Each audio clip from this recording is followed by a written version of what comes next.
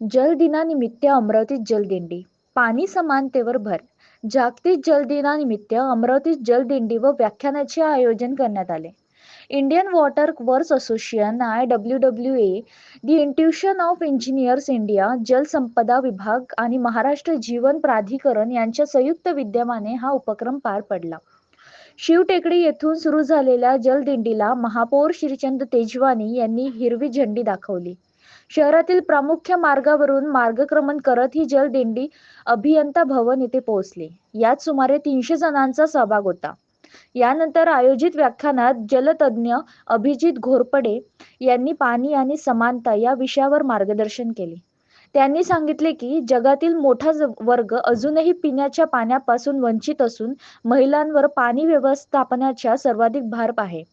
कार्यक्रमाच्या अध्यक्षस्थानी धनंजय धवड होते, तर प्रमुख पाहुणे म्हणून राजेंद्र जलतारे उपस्थित होते. कार्यक्रमाला सुमारे 200 अभियंते, कंत्राटदार व विद्यार्थी उपस्थित होते.